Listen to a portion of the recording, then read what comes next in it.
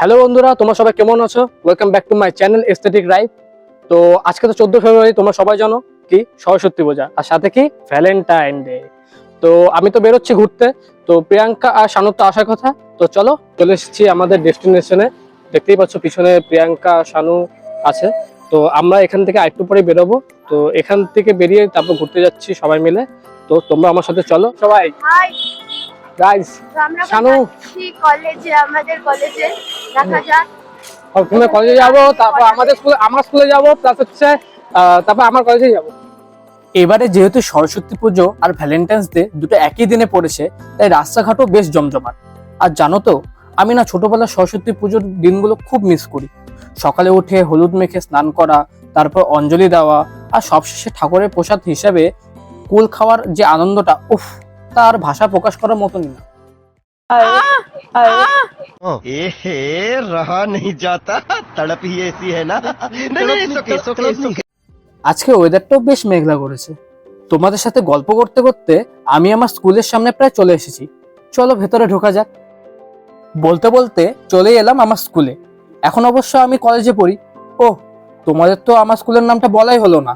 আমার স্কুলের নাম মহারাজা নৃপেন্দ্র নারায়ণ হাই স্কুল।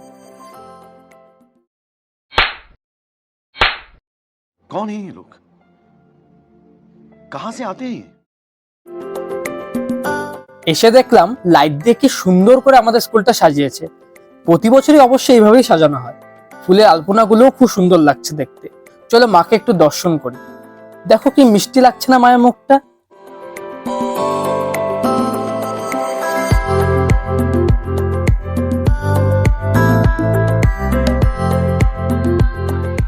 এবারে চলে আসলাম আমার কলেজে। আমার কলেজের নাম আচার্য ব্রজেন্দ্রনাথ শীল কলেজ। এই কলেজে আরেক নাম এবিএন শীল কলেজ। দেখতে পাচ্ছ কতটা ভিড়। ভ্যালেন্টাইন্স ডে বলে কথা।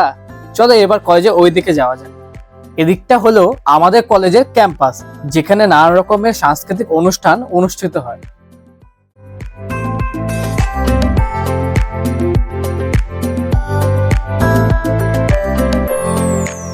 চলো এবার পুজো মণ্ডপের ওখানে যাই।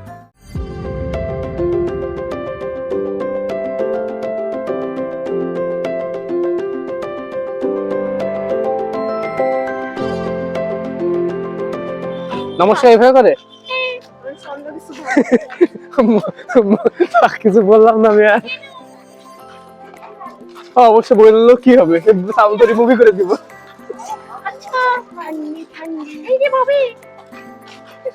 ববির একটু আগে আগে ভাগছে কেন? সত্যি আজকে খুব খিদা পাইছে রে, মারাত্মক খিদা পাইছে লেভেলে। ফাইনালি বহু অপেক্ষার পর আমরা একটা বিরিয়ানির দোকান পেয়ে গেলাম, যেটার নাম কলকাতা আর্সেনাল বিরিয়ানি।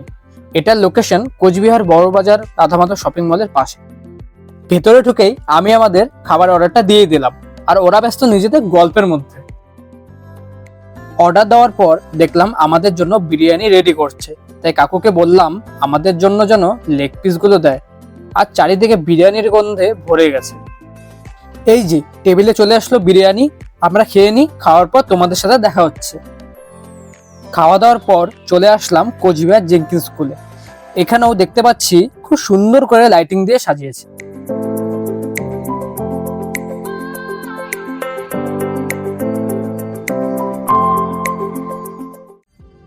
আমার ঠিক বাঁদিকে রয়েছে সাংস্কৃতিক মঞ্চ, যেখানে একজন গান গাইছেন। চারিদিকটা দেখতে বেশ ভালো লাগছিল। আর আমার ডান পাশটা ছিল চিত্র প্রদর্শনী।